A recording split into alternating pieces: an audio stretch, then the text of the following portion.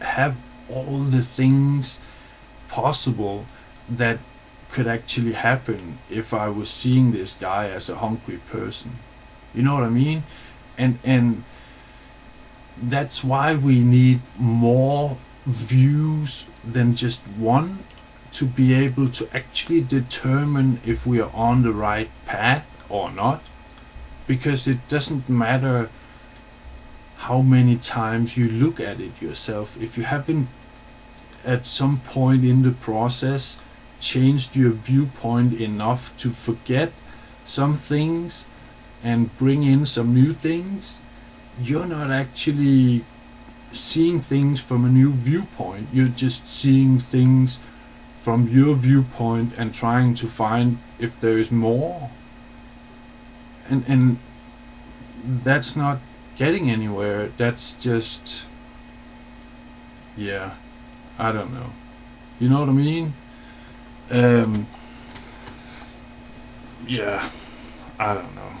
Maybe I should stop here, but on some level I would like to continue because I think that there are so many things within this. It contains and permeates our entire life. And by entire life, I mean down to the smallest thing in your life, going to the toilet, or up to the biggest thing in your life, making decisions on behalf of other people. Um, if you don't have what it takes, you are most likely going to make an error, and therefore you should know that making an error, and this is the important thing in this, making an error is not bad. It is something that you cannot avoid. You can only avoid it if you have enough information. So basically you should seek information that could help you avoid this. Now there might be a few guidelines that can help you throughout every single situation, but there are no guidelines that can guarantee you a certain outcome in every single situation. There are guidelines like being observant, be aware of what is going on, and forget about what has been or what might be, in the form of don't don't try and think or overthink something. Just note what thoughts you might get. Don't pursue them if you're in a situation, and you should actually come out on top. It doesn't mean that you will come out floating or flying or out by the moons or the stars or the planets or whatever. You It will just mean that you will come out on the better side of things. But the more attention you pay, the more not listening to your voices in your head, or your whatever you want to call it, your thoughts. Don't The more you are being in the moment, and the less you're distracted by all these things, the more you note your thoughts only, and not pursue them, the more you will find out about the situation, the more information you will have available to you afterwards, easier than if you were thinking. Because if you are thinking in a situation, you have to go back to that situation again in your mind, and so on and on, and you will be a bit more focused on your thoughts in that situation, because that's where you already have put some of your energy, or your focus energy, or whatever you want to call it. So there will be more painted in that area of the picture, which is your thoughts, than will be in the surrounding area, which is your experience. So basically,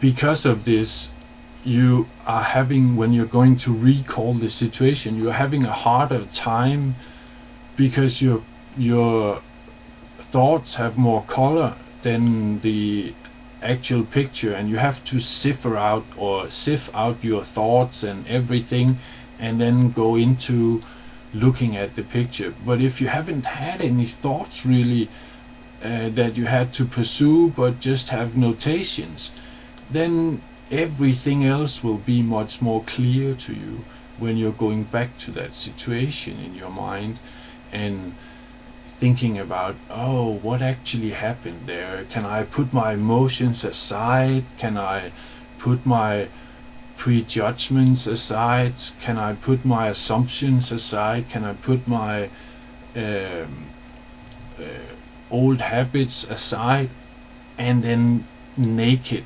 look at the truth? And then you can actually learn more from it also. So this is also a good way of trying to learn what's going on in the world. But the best way, I'd say, is to talk to people and to listen to what they actually have to say, rather than assume that you know what they're talking about. Because often people use words that makes it sound like they are speaking of something. Like if I'm saying once upon a time then people are more or less drawn into it's some sort of adventure or something, because it starts with once upon a time. And these situations are so normal for us that we don't even notice them. We have like this dictionary inside us that is like, whenever this word comes out, it means this. And that doesn't necessarily mean this. It just refers to something in the area of that. And therefore we should not necessarily get stuck up on what we are saying, or what is being said, or what is going on. You know what I mean? And this is put in to everything in the form of, it has to do with the blank sheet. We should keep the blank sheet as blank as possible, because the less things you have to look at on your sheet when you're comparing to something or looking at something, the less time it will take to find out what's actually going on. Because you don't have a long list, you don't have a lot of things you have to check upon. See, life is basically best working in neutral on some level. When we are in any situation we don't know anything about, we are neutral. We are not positive or negative, for or against, or bad or good in that situation. We are just neutral. And this is the state of life, you know what I mean? Neutral. Until you start doing something, then things start happening. So if you have put too much down on the paper, a lot of things will happen when you start checking the piece of paper.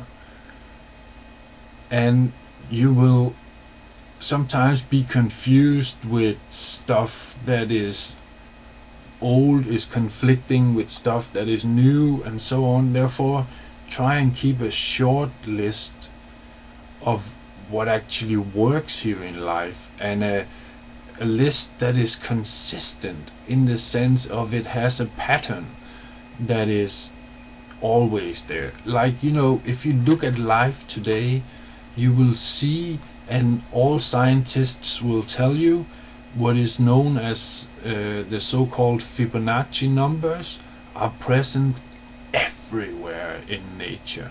You cannot have nature without the Fibonacci numbers. You cannot have a lot of things without the Fibonacci numbers, because it, yeah, well, it's rather hard to explain.